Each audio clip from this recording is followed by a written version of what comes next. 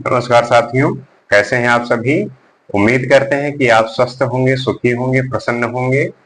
जैसा कि हम किसी भी विषय की गंभीरता को, उस विषय की जो मर्म है, उस विषय का जो संदेश है, उद्देश्य है, उन सभी विषयों को लेके जानने की, समझने की कोशिश करते हैं। मान लीजिए कोई सब्जेक्ट है जिसमें हमें अ, उसमें नहीं पता हमें, या हमें हम उसे ठीक से जानने का प्रयास करते हैं। तो इसी श्रृंखला में आज हम बात करेंगे कि कैसे जो बारिश हो रही है, रेन का प्रभाव हमारे सिटी में जो बाढ़ आ जाता है, फ्लडिंग होती है, और ये हर साल इसी तरीके से बढ़ता जा रहा है और आपको देखने को मिलता होगा। इसका प्रमुख कारण क्या है? बारिश की अधिकता है, या हमारे जो ह्यूमन की क्रिएटिविटी है, या उसके द्वारा बनाया हुआ जो जाल है, उसमें ये बारिश कहीं फंस के नहीं रह जाता।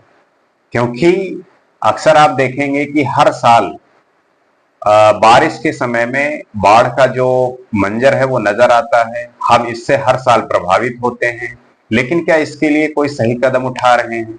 क्या हमारी जिम्मेदारी इसको इससे बचने के लिए नहीं बनती? हम क्या कर सकते हैं, गवर्नमेंट क्या कर सकती है? और बारिश क्या वाकई में इसका जो प्रवृत्ति है, जो इसका नेचर है, इसी तरीके से होती है? तो इसे समझने का प्रयास करते हैं और जानते हैं।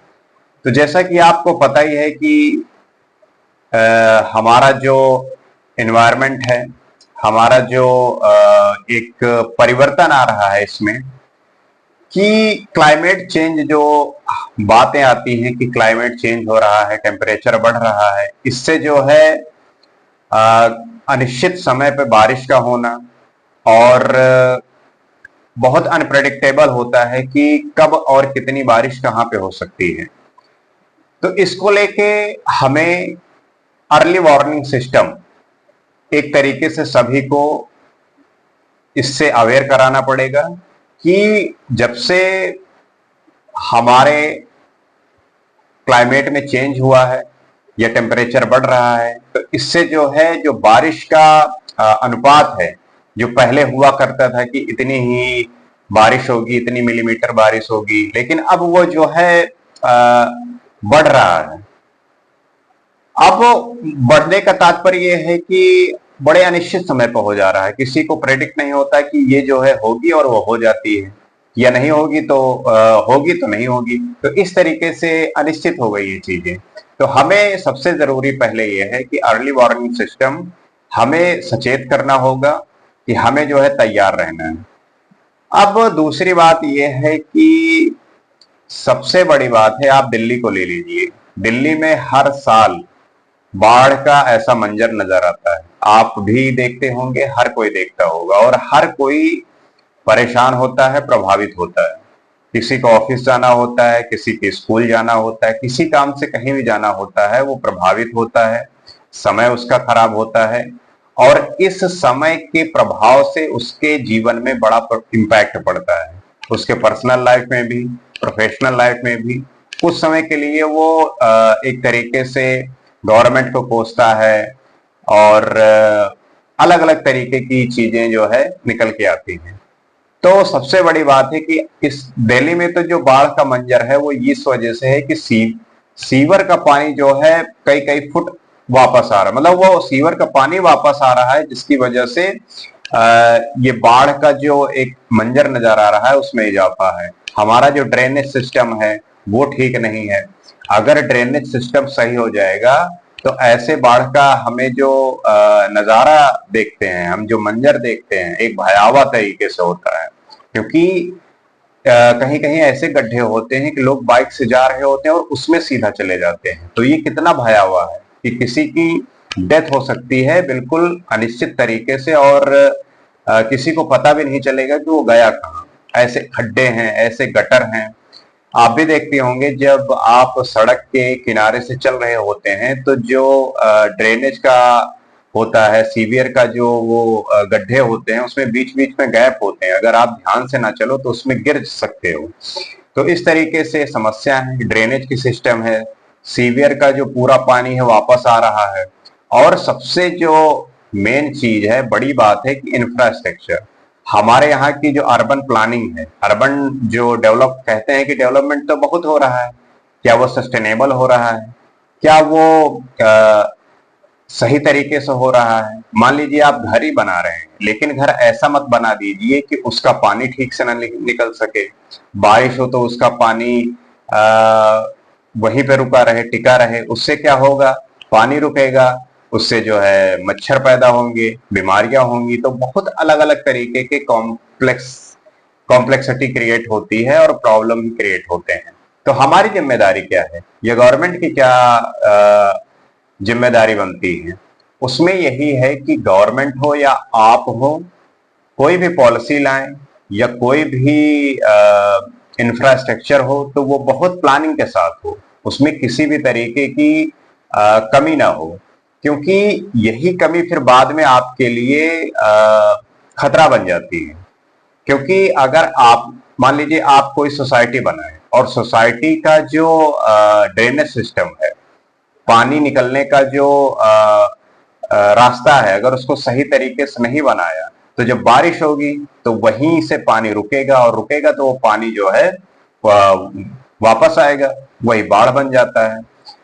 अब जरूरत यह है कि अभी क्या किया जा सकता है इंस्टेंट, कि जितना हो सके ड्रेनेज सिस्टम को ठीक करने की जरूरत है, और जितना हो सके साफ सफाई वो की जाए, बिल्कुल साफ हो, ताकि पानी जो है आराम से निकल सके। और लॉन्ग टर्म के लिए ये ध्यान रखना है कि जो भी अर्बनाइजेशन हो, जो भी बिल्डिंग बने, वो बहुत सिस्टमेटिक और सही तरीके से बने, ताकि उनका जो ड्रेनेज सिस्टम है, जो उसका बना तो देते हैं, लेकिन कोई ये ध्यान नहीं देता कि इसका जो वेस्ट है वो कैसे निकलेगा। अब जैसे आपको मैं बता दूं कि दिल्ली में ही कूड़ा इतना जनरेट होता है, तो कूड़े के पहाड़ हैं। अब कर क्या रहे हैं कि हर कोई गवर्नमेंट अपनी जो भी जिसकी भी सरकार आती है, वो इस बात को लेके अपना जो है अपने आप को बचाने की कोशिश करती है कि मैंने देखिए कितने फिट जो है कूड़े का पहाड़ कम किया। अब वो करते क्या है कि उस कूड़े के पहाड़ से वो कूड़ा ले जाके, और जहां पे गड्ढे हैं बड़े बड़े, जहां पे बारिश का पानी इकट्ठा होगा जब बारिश होगी, उसको वहां पे पाट रहे हैं। अब अब उसको अगर आप पाट दोगे, उसको भर दोगे, तब जब बारिश के समय में पानी आएगा तो वो पानी कहाँ इकट्ठा होता था? उन्हीं गड्ढों में इकट्ठा होता था। अब वो गड्ढे कूड़े से भरे हुए हैं, तो वो पानी कहाँ जाएगा? सीधी सी बात है कि आपके घरों में घुसेगा। और आप अक्सर देखेंगे कि ऐसी इलीगल तरीके से, इतने गलत तरीके से लोग घर भी बनाए हुए हैं कि बहुत तो ऐसे घर हैं जो बिल्कुल नदी के कांटेक्ट में है। अब जैसे मान लीजिए कि नदी का एक लेवल होता है कि नदी ऐसे बहती रहेगी, मतलब सामान्यता, लेकिन अगर जब बारिश का टाइम आएगा तब वो कुछ बढ़ेगी साइड में, ऊपर, आई मीन कि उसका जो स्तर है वो बढ़ेगा, ऊपर बढ़ेगा, तो उससे जो है उसका नदी का जो फैलाव वो भी बढ़ेगा। अब उसके साइड में जो घर बने हुए हैं, जाहिर सी बात है कि बाढ़ में वो डूबेंगे, तो हमें वहां पे क्यों बनाने की जरूरत है, ये भी ध्यान रखने की जरूरत है। और बारिश का जो इतना अधिकता और एक अनिश्चित काल तक बारिश का होते रहना, तो उसमें जो है ये बात ध्यान रखना है कि हमें कितना अवेयर हैं चीजों से। क्योंकि अगर आप किसी भी तरीके से पॉल्यूट कर रहे हैं नेचर को, चाहे वो इलेक्ट्रिसिटी के माध्यम से हो, चाहे कोई भी आप ले लीजिए, अगर आप नेचर के साथ से छेड़छाड़ करेंगे तो वो नेचर बैकफायर करती है। आप इलेक्ट्रिसिटी, आप जैसे रूम में रहते हैं, अगर आपकी जरूरत सिर्फ एक ट्यूबलाइट की है, तो आप 5 ट्यूबलाइट क्यों जलाएंगे?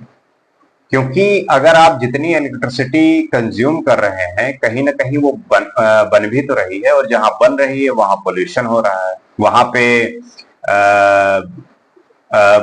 जाहिर सी बात है पोल्यूट हो रहा है। हमारी इंडस्ट्री का क्या हाल है? क्या क्या इंडस्ट्री में ऐसी चीजें यूज कर रहे हैं कि वहां पे हम पॉल्यूशन कम कर सकें। क्योंकि अगर इंडस्ट्रियलाइजेशन जो भी इंडस्ट्री बन रही है, जो भी औद्योगिकीकरण हो रहा है, क्या वो सस्टेनेबल हो रहा है? हमारे यहाँ प्रॉब्लम यही है कि हम कोई चीज मान लीजिए बनाना चाहते हैं, मैन्युफैक्चरिंग करना चाहते हैं, तो हमें मतलब होता है कि वो प्रोडक्ट बना वो ठीक है कि नहीं।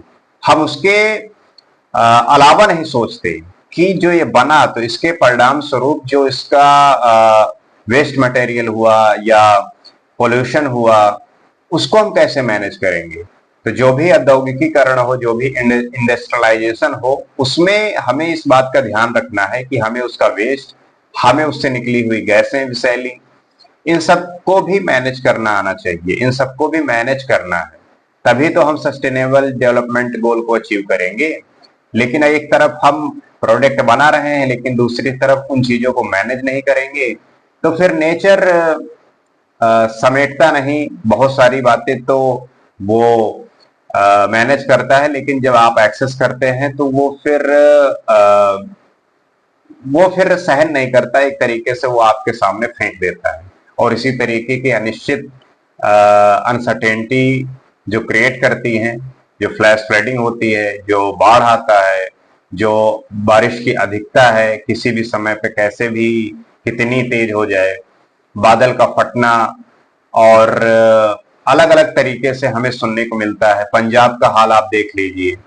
तो इन सब बातों को ध्यान रखने वाली बातें हैं। पहले के समय में होता था कि हमारी प्रॉब्लम यही है कि हम बेहोशी में रहते हैं। जैसे कि पंजाब वगैरह में क्या होता था कि वहां पे बाढ़ आने का इतना प्रमुख कारण क्या हो गया है कि पहले क्या था कि छोटी छोटी नहरें होती थी, वो कई एरिया को कवर करती थी, तो जो भी पानी इकट्ठा होता था वो उन्हीं कनाल के थ्रू, नहर के थ्रू वहां पहुंचता था। अब हुआ क्या है कि वहां की जो नहरें हैं वो सिल्ट वगैरह से सारी पट चुकी हैं। तो जाहिर सी बात है, वो पानी जो उन नहरों में होता था उसके थ्रू वो जो बाढ़ को कम करती थी, अब वो पानी जो है आपके घरों में घुस रहे हैं, हर जगह फैला हुआ है। तो यही सब बातें ध्यान देने की हैं, होश में चीजें करने की हैं। आप अपनी अज्ञानता और बेहोशी से सारे काम करते हैं, जिसके आपको फिर परिणाम स्वरूप ऐसे ही मंजर देखने को मिलते हैं। अगर हम चीजों को बहुत ध्यान से, समझ के साथ और ऑर्गेनाइज तरीके से करेंगे, तब इन